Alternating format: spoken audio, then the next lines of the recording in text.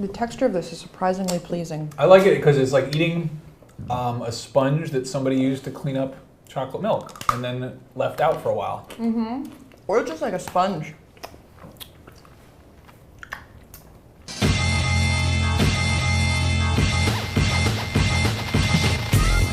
Anything that you guys are excited about? I'm excited about seeing the Xbox One and Microsoft surprising me. Hint, hint. I mean, that's probably the most that I hope they're listening to this and they have something specific for me. I would have to assume Microsoft can't disappoint most people more.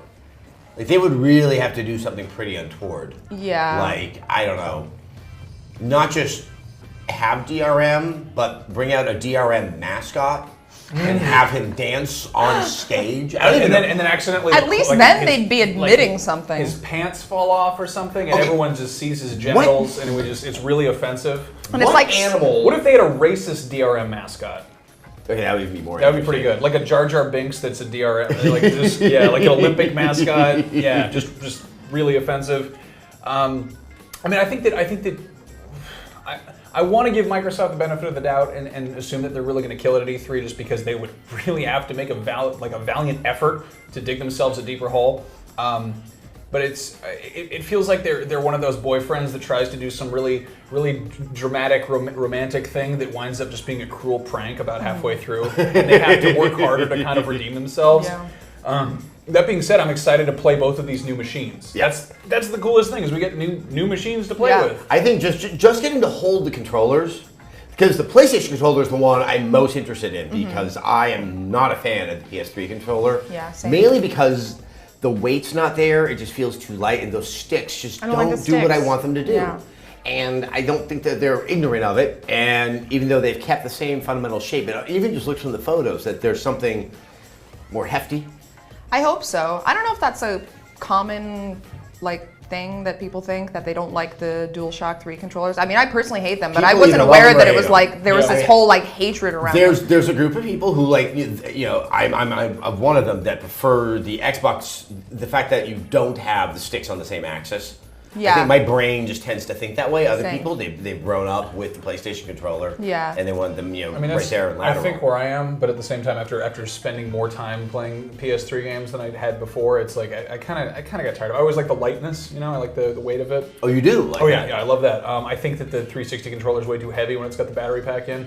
Also, it's like the worst. It helps you I build like those wonderful muscles you have. It does. It also hurts that much more when you drop it on your foot, which has happened to me at least 12 times. Not that I think this is going to be resolved at E3, but any indication that we might put less of a reliance upon pressing the stick in for running and other things in games. God, isn't that because dumb? that bruise you get right there in your thumb.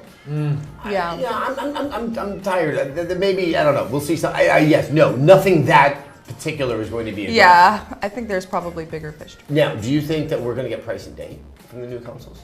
I think we'll get price and date. Yeah, I do. I feel like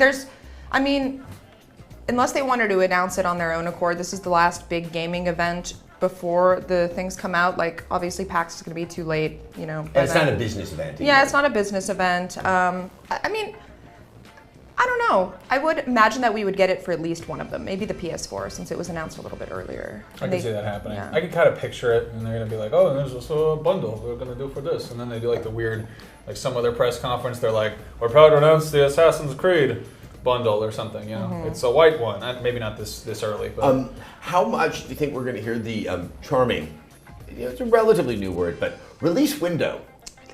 It's that hey, everything's a moving target. Yeah. And, you're going to get, oh my God, so many games in a 6-month period.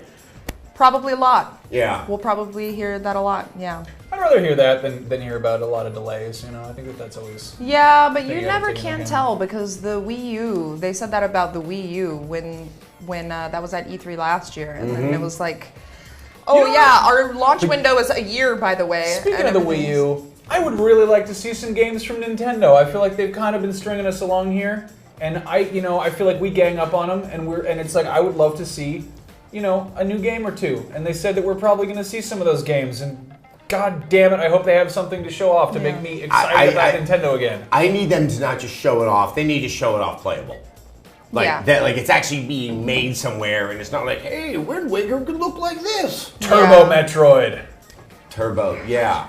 I would play that game so much. Nintendo's usually pretty good about that at E3, I think. Last year, it was like everything that they showed us, we could play. Oh, yeah. All those levels of Nintendo Land. Yeah. And, the fantastic, the friendly 101. The wonderful the 101. Yeah, and that one as well. I'm very interested to see how they try to pivot and become non-committal. This is just Nintendo. This is Sony, Microsoft as well. That, like, back to the idea of what that launch window indicates. They need to present with some certitude that this will be a significant launch with a software lineup at that launch that will, make this a compelling piece of hardware to buy.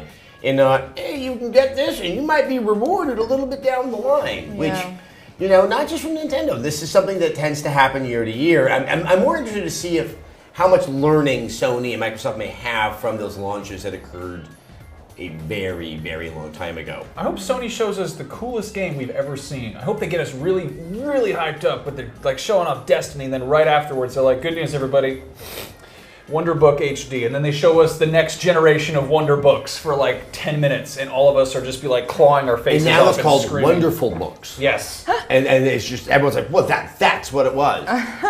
Having said that, there's all those games. There's 2 games I can think of that every year it's like, do you think we'll see it this year? And that's The Last Guardian. Do you think we'll see it? I know there's rumors going around that it's supposed to be there in some capacity based upon something in the E3 manual guide. A watch pot never boils. To see that, yeah. Yeah, you don't think we're gonna see it? Yeah, usually when you want games like that to show up for a long time, I'd like to see Prey 2. I'd like to see some Metal Gear Solid 5. I'd like to see some things I've never heard of that immediately interest me. Well, do you think, the other one that's out there is Beyond Good and Evil 2, which I think is just this will-o'-the-wisp that is just a handful of diehard fans of the series are going to follow off a cliff into lava. I feel like downloadable titles, I hope that they'll make a big appearance this year. I feel like Sony is kind of wising up to that, and they're going to have like a lot of indie stuff in their showcase. And I don't know with Microsoft, I really don't know what their downloadable offerings are. Well, that whole indie issue is yet another thing that there's been mixed messaging on, how supportive they're going to be. Is it going to be the walled garden? Is it going to be the garden that no one tends to and has a lot of weeds and nasturtiums surrounding it? I agree with you. I would like to see a heavy investment from both consoles into that indie space and to the downloadable game space. But there's also the way in which they can really hype that up and not show that they're being responsible with a lot of major AAA titles that really are. I'm beating this horse to death, but they've got to look like they know what they're doing at the console launch and don't hope that by goodwill and maybe best effort basis that they're going to win people over. Yeah, I mean, I don't expect them to have.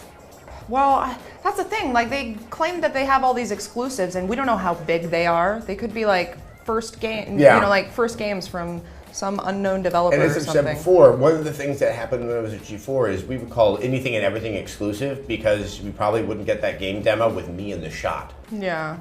It is a fungible word in every way, shape, and size. Yeah. I don't know. Are you feeling exclusive, Max? Yeah, I mean, I guess so. I don't know. I'm feeling like I'm pretty much charging into this blindly. I'm really excited about E3 this year, but I'm also scared out of my shit. So, just like a lot of stuff going on. A lot of it doesn't stuff to bite. talk about. I'm a little scared too. I think that I'm kind of trying to pretend it's not going to happen. Then when it happens, I'm just like, we're at a video game thing, and then my hair catches fire, and I run around for 4 days. So. Well, and the thing is, you can't keep it from happening, and you're going to be there. So relinquishing yourself to its majesty is probably one of the wisest ways to approach it. Smoke them if you got them. Yeah. Hope no one has TB.